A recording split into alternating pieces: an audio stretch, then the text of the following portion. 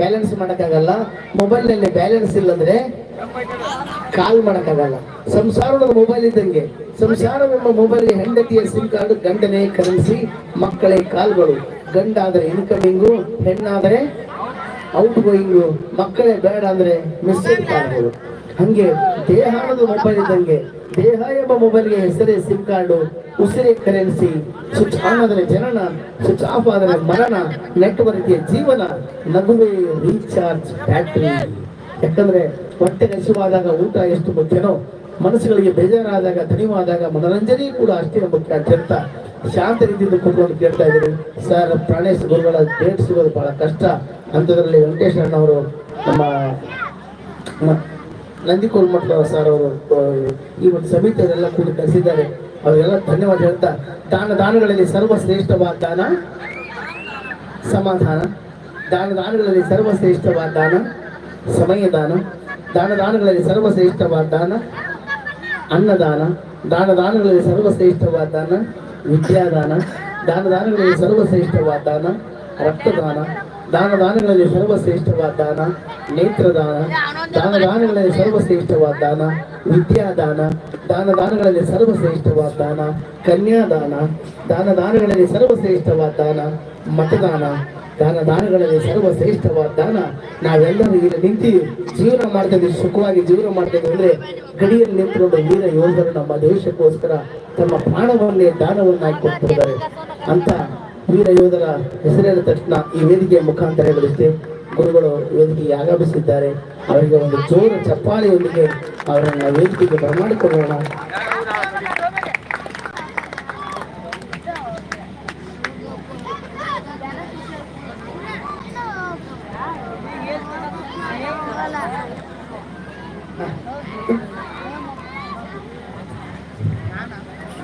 ದೇವರಿನ ಜ್ಞಾನಪದ್ದನವರ ಈ ಕಾರ್ತಿಕೋತ್ಸವ ನಿಮಿತ್ತವಾಗಿ ಹಮ್ಮಿಕೊಂಡಂತ ಧಾರ್ಮಿಕ ಸಭೆಯ ಇಲ್ಲಿ ಶ್ರೀಮಣ್ಯಜನ ಪ್ರಣವ ಸ್ವರೂಪಿಗಳು, ಹೊಳೆವಿಚೇಂದ್ರ ಮಹಾಸ್ವಾಮಿಗಳು ನಮ್ಮ ಕರೆಗೆ, ಅಜ್ಜನವರ ಕರೆಗೆ, ನಿಮ್ಮೆಲ್ಲರ ಸದ್ಭಕ್ತರ ಕರೆಗೆ ಹೋಗೊಟ್ಟು ಈಗ ವೇದಿಕೆ ಮೇಲೆ ವಿರಾಜಮಾನರಾಗಿದ್ದಾರೆ.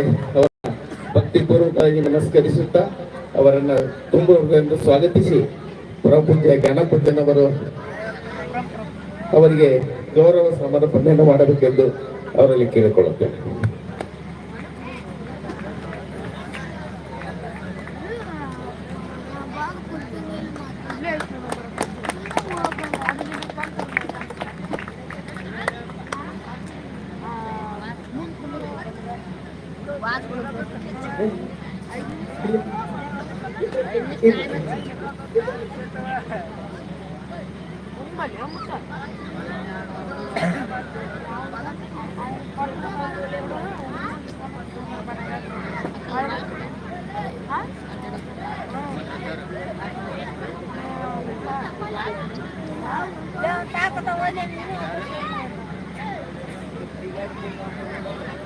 ದಾನಗಳಲ್ಲಿ ಸರ್ವಶ್ರೇಷ್ಠವಾದ ಸಮಾಧಾನ ಅಂತ ಹೇಳ್ತಾ ಈ ವೇದಿಕೆಯ ಮುಖಾಂತರ ನಾ ಹೇಳೋದು ಒಂದೇ ಮಾತಂದ್ರೆ, 9 ತಿಂಗಳು ಹೆತ್ತು ಹೊತ್ತನ್ನು ತಿಕ್ಕಿ ಸಾಕಿಸಿದ ತಂದೆ ತಾಯಿಗಳನ್ನ, ಗುರುಗಳನ್ನ, ಅನ್ನ ಕೊಡುವ ರೈತನನ್ನ, ದೇಶ ಕಾಯುವ ಸೈನಿಕನನ್ನ ಯಾವತ್ತು ಕೈ ಜೋಡಿಸಿ ತಲೆಬಾಗಿಸಿ ಗೌರವಿಸೋಣ, ಪ್ರೀತಿಸೋಣ ಅಂತ ಹೇಳ್ತಾ ಅವಕಾಶ ನೀಡಿದಕ್ಕಾಗಿ ತಮಗೆಲ್ಲರಿಗೂ ತುಂಬ ಹೃದಯ ನಮಸ್ಕಾರ ಹೇಳಿ, ನೀವು ಯಾರಿಗೋಸ್ಕರ ಕಾಯ್ತಾ ಇದ್ದೀರೋ ಮತ್ತು ಗುರುಗಳು ಯಾರಿಗೋಸ್ಕರ ಮಾತು ಕೇಳಬೇಕಂತ ಕೂತ್ಕೊಂಡಿದ್ದಾರೋ, ಯಾರು ಮನೆಗೆ ಹೋಗಿ ನೋಡಿದ್ರೆ ಪಾತ್ರೆ ಸಾಮಾನುಗಳಿಗಿಂತ ಜಾಸ್ತಿ ಅವಾರ್ಡ್ಗಳೇ ತುಂಬಿರ್ತಕ್ಕಂಥ ನಿಮ್ಮೆಲ್ಲರ ಪ್ರೀತಿಯ ನಮ್ಮ ಗುರುಗಳಾದ ಶ್ರೀಯುತ ಗಂಗಾವತಿ ಪ್ರಾಣೇಶ್ ಅವರು ಅವರ ಮಾತುಗಳನ್ನು ಈಗ ಮುಂದುವರಿಸಿದ್ದಾರೆ.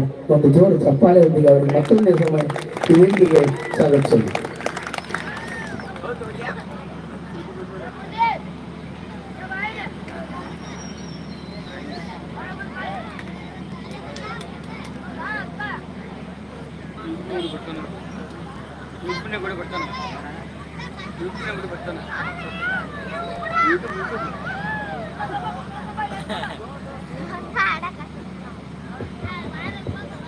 बोलो भारत माता की, बोलो भारत माता की, वंदे वंदे ಎರಡೇ ಒಂದಾದ್ರೆ ಎರಡು ಬರ್ತದೆ, ಎಲ್ಲದಕ್ಕೂ ಮಾಡ್ತೀವಿ. ಬೇವೂರು ಅಂದ್ರೆ ನಾನು ಬೇವೂರು ಬರ್ಕೊಳ್ರಿ ಅಂತ ಮಹಾಮನಿ ಜೋಶಿ ಅವ್ರು ಹೇಳಿದಾಗ ಈ ಯಲಬುರ್ಗ